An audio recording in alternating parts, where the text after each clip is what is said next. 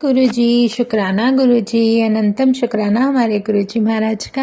ओम नमः शिवाय, शिवजी सदा सहाय। ओम नमः शिवाय, गुरुजी सदा सहाय। शुक्राना, अनंतम शुक्राना। 7th चैप्टर है देवताओं द्वारा शिवजी की प्रार्थना।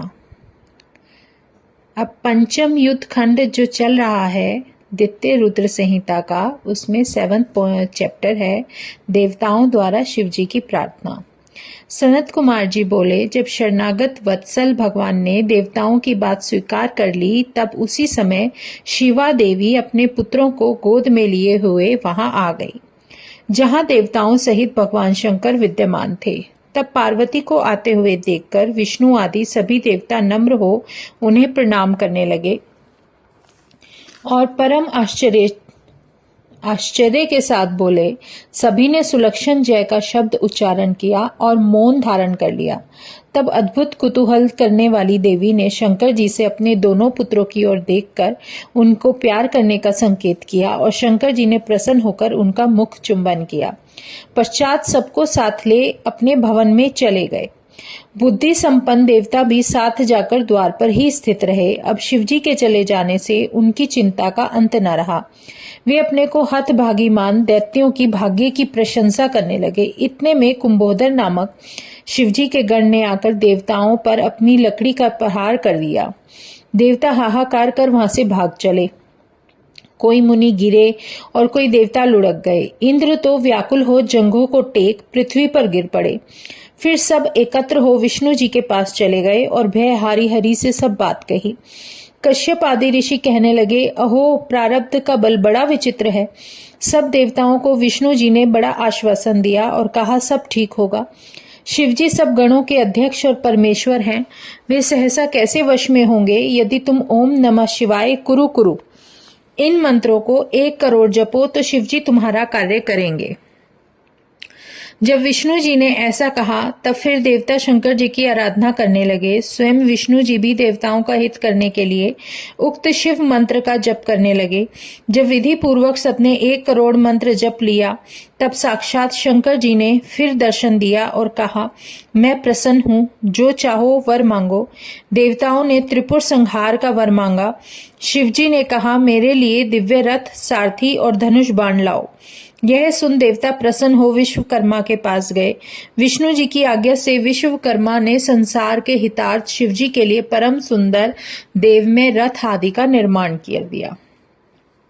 8 चैप्टर है विश्वकर्मा द्वारा शिव रथ का निर्माण। व्यास जी बोले, हे सर्वज्ञ सनत कुमार जी, आपने तो यह शंकर जी की बड़ी अद्भुत कथा सुनाई। अब कहिए कि विश्वकर्मा ने शिवजी के लिए उस दिव्य रथ को कैसे कैसे निर्माण किया। सूत जी कहते हैं, जब मुनीश्वर व्यास जी ने ऐसे कहा, तब उनके वचनों को सुनकर शिवजी के चरण कमलों का स्मरण कर सनत कुमार जी कहने लगे, हे व्यास जी, मैं अपनी बुद्धि के अनुसार शिवजी के चरण कमलों का ध्यान कर कहता हूँ, सुनो। विश्वकर्मा ने रुद्र के लिए बड़ा ही दिव्य रथ तैयार किया। उसके समान किसी लोक में कोई रथ न था। वह सर्वभूत में सुवर्ण का सर्वसम्मत था। उसके दाहिने पहिए में सूर्य और बाएं में चंद्रमा लगे हुए थे। वर्ष के 12 महीने के 12 आरे तो उसके दाहिने ओर के पहिए लगे हुए थे और 16 कलाओं के 16 आरे उसके बाईं ओर के पहिए में जड़े हुए थे। 12 आरों के 12 आदित्य और चंद्रमा की 12 कलाएं उसके बाईं ओर लगी हुई थी। इस प्रकार वह रथ उदय अस्त से संपन्न पूर्ण ज्योतिष विद्या का भंडार था और सभी लोकांतर उसमें निर्मित थे। ब्रह्मांड की जो भी वस्तुएं हैं वे सभी उस रथ में विद्यमान थीं। ब्रह्मा और विष्णु जी की आज्ञा से विश्वकर्मा ने उसे बड़ा ही अद्भुत बनाया था। अब है 9th त्रिपुर संहार के लिए शिव यात्रा। सनत कुमार जी बोले, जब इस प्रकार वे महादिव्य रूप रथ तैयार हो गया, तब ब्रह्मा जी ने वेद रूपी घोड़े उसमें जोत कर शिवजी को उस पर चढ़ाया। युद्ध की सामग्रियां उसमें प्रस्तुत कर दी गई। ब्रह्मा, विष्णु और लोकपालों ने स्तुति की। शिव जी अपने सारथी को देखकर बड़े प्रसन्न हुए, परंतु ज्यों ही शिव उस रथ पर चढ़े ही थे कि वेद संभव उसके चारों अश्व शिव के बल से पृथ्वी पर गिर गए और पृथ्वी सहित संपूर्ण पर्वत चलायमान हो गए और उसके भार सहन में शेष जो भी कंपित हो गए थे, जो बाकी के बचे हुए थे वो। तब धर्म विषेंद्र ने आकर रथ को उठाया और ब्रह्मा जी हाथ में चाबुक ले घोड़ों को उठाया। ब्रह्मा जी के उठाने से वो वेद में घोड़े उठकर शिव जी के सहित रथ को लिए उस आकाश में जाने लगे और कुछ भी विलंब न करते हुए शीघ्र ही तीनों पुरों के सम्मुख जा पहुंचे। मतलब वो उस स्थान पर गए जहां पर उनके सामने वो तीनों लोक देखे जा रहे थे। रथ में बैठे वेदगामी महेश्वर दानवों की ओर चले। उसी समय उन्होंने देवताओं से यह कहकर पशुओं का अधिपति नामक पद प्राप्त किया जिससे वे असुरों को नष्ट करने में सफल हो सके, परंतु इससे देवताओं को बड़ी चिंता हुई। शिवजी ने कहा, चिंता ना करो, जो मेरे इस दिव्य पाशुपत व्रत को करेगा उसका मोक्ष हो जाएगा। और शिवजी पाशुपति होकर कल्याणदायक हुए और देवता प्रसन्न हो उनकी जय जयकार करने लगे। सब में प्रसन्नता व्याप्त हो गई। उसी समय शंकर जी पार्वती को साथ लेकर त्रिपुर को मारने चले। समस्त देवता हाथी, घोड़े, सिंह, रथ, वृषभ पर चढ़कर देवराज इंद्र के साथ हुए। जितने भी देवता थे सभी साथ में चल पड़े। हल, भुशुंडी, शाल और मूषल आदि समस्त आयुधों को भी उन्होंने उठा लिया। ब्रह्मादिक भी अपने वाहनों पर चढ़कर उसके साथ चले। विष्णु आदि सभी देवता परम प्रकाशमान महेश्वर के आगे हुए और आकाश से सिद्ध चारण फूलों की वर्षा कर रहे थे। उसी समय शिवजी के असंख्य गण तीनों पुर में प्रवेश करने लगे, जिनकी गणना नहीं हो सकती। इस समय पिनाक पानी महादेव ने अपने मन में चराचर को दग्ध कर डालने की इच्छा कर ली थी। फिर उन्हें त्रिपुरों को जलाते हुए क्या देर लगती। उनको रथ, बाण, गण और देवताओं की आवश्यकता भी क्या थी। उन पिनाकधारी के लिए दैत्यों के निमित्त युद्ध के लिए प्रयाण करना ही बड़े आश्चर्य की बात है, परंतु उसका कारण था। उन्हें पापों का नाश कर त्रिलोकी में अपना यश विस्तार करना था। ऐसा कर उन्होंने मलिन आशय वाले दुष्टों के लिए बात स्पष्ट कर दी कि देवताओं में कोई विशेष नहीं है, किंतु एक शंकर ही प्रधान है। अब 10th, शिवजी द्वारा तारकाक्ष आदि का वध। सनत कुमार जी बोले, इस प्रकार युद्ध की सामग्रियों से युक्त होकर त्रिपुर वैद के लिए शिवजी रथारूढ़ होकर, मतलब रथ पर चढ़कर, धनुष चढ़ाकर वहां स्थित हुए, परंतु हजारों वर्ष तक वैसे आलीढ़ आसन से खड़े ही रह गए और उनका बाण ना चला, क्योंकि उधर गणेश जी एक अंगूठे के बल से खड़े हो उसमें विधन करने लगे, जिससे शंकर का लक्ष्य त्रिपुरों के पुर में प्रविष्ट ही नहीं हो पाता था। पश्चात उन्हें यह आकाशवाणी सुनाई पड़ी कि जब तक आप गणेश जी की पूजा नहीं करेंगे तब तक त्रिपुर संहार नहीं कर सकेंगे। यह सुनते ही शंकर जी ने गणेश जी का पूजन किया। गणेश जी प्रसन्न हो उनके मार्ग से हट गए। फिर तो पूज्य शंकर जी ने धनुष सजाकर उस पर बाण चढ़ाकर पाशुपत अस्त्र में संयुक्त कर त्रिपुर संहार की इच्छा की। उन्होंने निरादर से उसकी ओर देखा, देवताओं से भी शीघ्रता करने की प्रार्थना की। अभिलषित मुहूर्त भी आ गया, मतलब जो उन्होंने समय देखा था वो भी आ गया और ज्याघात शब्द हुआ। शंकर जी ने अपना नाम सुना। उन्होंने असुरों से संभाषण किया। असुर निर्भय थे। शंकर जी को यह कब सह होता। उन्होंने तत्काल ही करोड़ों सूर्य के समान प्रकाशमान अपने उन बाणों को असुरों पर चला दिया। उस विष्णु में अग्निवत बाणों ने उड़कर त्रिपुर वासियों को दग्ध कर दिया। देवताओं सहित शिव जी के देखते देखते चारों ओर से समुद्र द्वारा घिरे हुए दैत्यों के तीनों पुर भस्मसात हो गए, एक साथ ही भूमि पर गिर पड़े। सैकड़ों और हजारों हजार की संख्या में जो दैत्य थे वो भस्म हो गए। शिवजी की पूजा न करने से हाहाकार मच गया। जब भ्राताओं सहित तारकाक्ष भस्म होने लगा, मतलब वो जो 3 भाई थे उनमें से उनके साथ जो तारकाक्ष नामक राक्षस था वो भी भस्म होने लगा। तो उसने भक्त वत्सल शंकर जी का स्मरण किया। फिर परम भक्ति से युक्त हो उसने शंकर जी की ओर देखकर कहा, हे शिव, यह तो हम जानते ही हैं कि आप हमें भस्म किए बिना नहीं छोड़ेंगे, फिर भी आप कृपा चाहते हैं, अतएव आप हम पर प्रसन्न हो जाइए, क्योंकि जो मृत्यु असुरों को दुर्लभ है वह हमें प्राप्त हुई है। अब आप हम तीनों भाई आपसे यह प्रार्थना करते हैं कि हमारी बुद्धि जन्म जन्मांतर में आप में ही लगी रहे। ऐसा कहकर वे दानव शिवजी की उस वही में भस्म हो गए। शिवजी की आज्ञा से उस पुर में रहने वाले बालक, वृद्ध सभी दानव जलकर क्षार हो गए।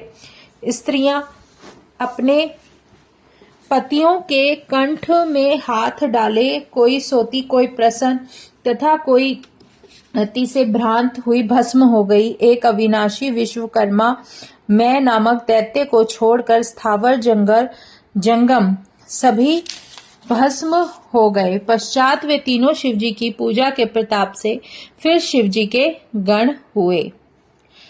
11वां चैप्टर है, इसमें प्रलयंकर शंकर द्वारा देवताओं को वरदान।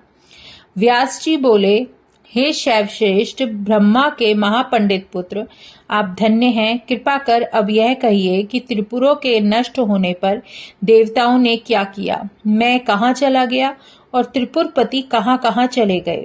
यदि यह शंभु कथा के आश्रय हो तो उसे भी सुनाइए। सूत जी कहते हैं, व्यास जी से ऐसा सुनकर ब्रह्मा जी के पुत्र सनत कुमार जी शिवजी के चरणों का स्मरण कर बोले, महाबुद्धिमान पराशर पुत्र व्यास जी, सुनिए, शंकर जी के चरित्र बड़े ही अद्भुत हैं। शिवजी द्वारा त्रिपुर वासियों का संहार होने पर देवताओं को बड़ा आश्चर्य हुआ, परंतु प्रलयंकर शंकर के उस रौद्र तेज के समक्ष किसी से सिर उठाते न बनता था। इंद्र, उपेंद्र आदि सभी देवता भगवान शंकर और हिमालय की पुत्री पार्वती की ओर देखते ही नत मुख किए खड़े ही रह गए। तब देव सेना की इस भया आतुरता को देखकर ऋषियों से न रहा गया और वे कुछ न कुछ कहकर भयंकर शंकर को प्रणाम करने लगे। ब्रह्मा भी भयभीत हो देवताओं सहित शंकर की स्तुति करने लगे। विष्णु जी ने भी बड़ी स्तुति की। सनत कुमार जी कहते हैं, जब ब्रह्मा आदि देवताओं ने इस प्रकार भगवान शंकर की बहुत सी स्तुति की तो लोकों के कल्याण करता शिवजी ने प्रसन्न होकर, हे देवताओं, वर मांगो। तब शिवजी के ऐसे वचन सुनते ही देवता प्रसन्न हो गए और उन्होंने कहा, हे देवेश, यदि आप हम पर प्रसन्न हैं और कोई वर देना चाहते हैं तो हमें यही वर दीजिए कि हम देवताओं पर जब जब कोई संकट आए आप हमारी सहायता के लिए प्रकट हों, हमारे दुखों को सर्वदा दूर कर दिया करें। जब ब्रह्मा, विष्णु और देवताओं ने ऐसा कहा तो शिवजी ने प्रसन्न होकर, तथास्तु, ऐसा ही होगा, मैं सदैव तुम्हारी अभिलाषाओं को पूर्ण करता रहूंगा। जो मेरे चरित्र को पढ़े और सुनेगा मैं उसके सभी मनोरथों को सिद्ध करूंगा। ऐसा कहकर शंकर जी ने देवताओं का अभिष्ट वरदान दिया। जितने भी देवता वहां पर उपस्थित थे उन सबको वरदान दिया। चैप्टर है, इसमें देवताओं द्वारा शिवजी की स्तुति तथा उनकी वर प्राप्ति। सनत कुमार जी बोले, जब शिवजी को प्रसन्न देखकर उनकी कृपा से बचा हुआ मैं दानव भी वहां आया और शंकर जी को तथा अन्य देवताओं को भी उन्होंने हाथ जोड़कर प्रणाम किया और गदगद स्वर में हाथ जोड़े शिवजी की ओर देखते हुए उनकी स्तुति करने लगे। फिर उसने कहा, हे भव, आप मुझ पर भी प्रसन्न हो। मैं बहुत स्तुति नहीं जानता, केवल आपकी शरण आया हूँ, अतएव आप मेरी भी रक्षा कीजिए। शंकर जी ने उससे भी वर मांगने को कहा। उसने भी उनकी भक्ति मांगी। शिवजी ने तथास्तु कहकर अपनी दृढ़ भक्ति दी।